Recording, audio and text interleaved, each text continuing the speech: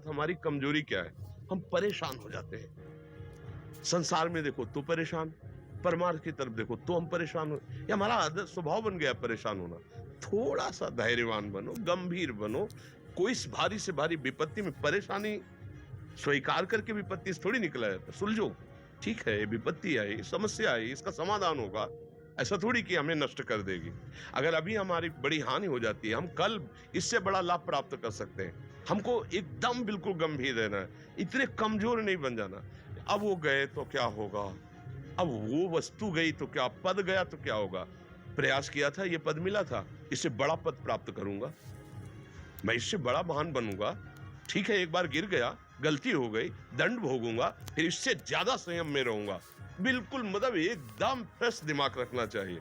और अपने लोग क्या है, जरा सी बात में एकदम पचड़ा कर लेते हैं, एकदम कमजोर हो जाते हैं। ये बिल्कुल ठीक नहीं है। हम जीवन भर की यात्रा की बात कह रहे हैं, भारी से भारी कष्ट में भी मुस्कुराना, तो हमें बल मिला है, हमें भगवान की कृपा का दर्शन हुआ है, हमें उनका दुलार दिखाई दिया है।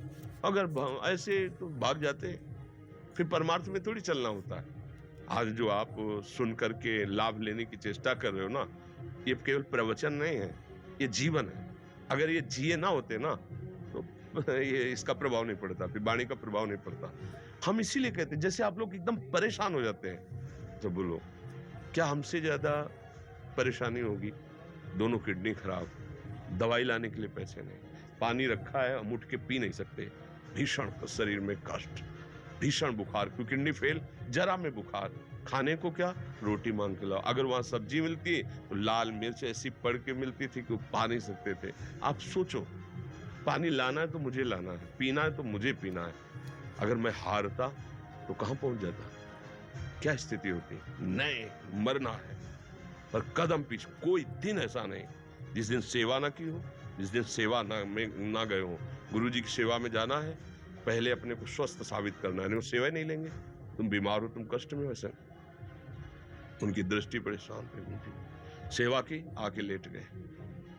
फिर हिम्मत की, अपनी श्री जी की सेवा की, मधुकरी नहीं गए, 3-3, 4-4 दिन भोजन नहीं गए, पर सेवा नहीं छोड़ा, दिनचर्या नहीं छोड़ी। और उसका प्रधान कारण संयम, ब्रह्मचर्य, भगवदाश्रय, नाम जप, कभी हारने नहीं दिया। अभी भी थोड़ी देर बाद डायलिसिस शुरू हुआ।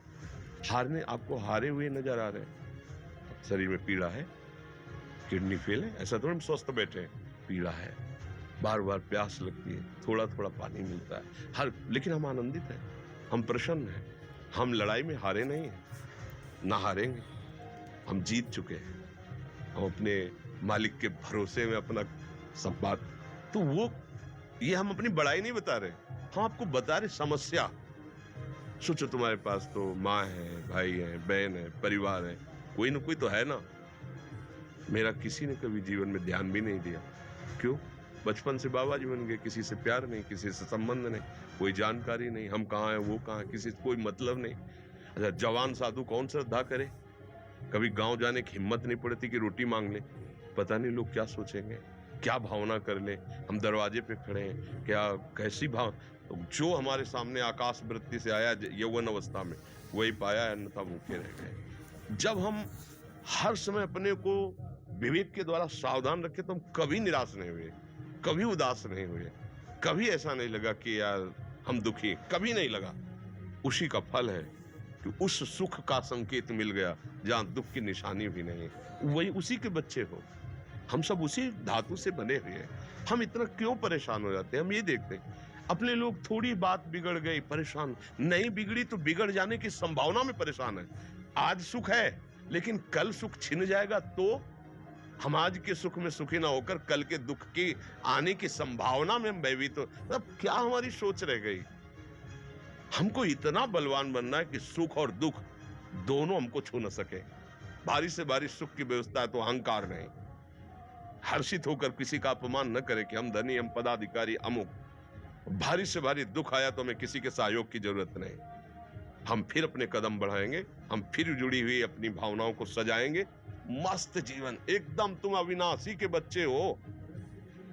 शेर का बच्चा भेड़ों के बीच में फंसकर म्यों म्यों बोल रहा है, बस अगर दहाड़ना सीख जाए तो कोई भी उसे परास्त नहीं कर सकता।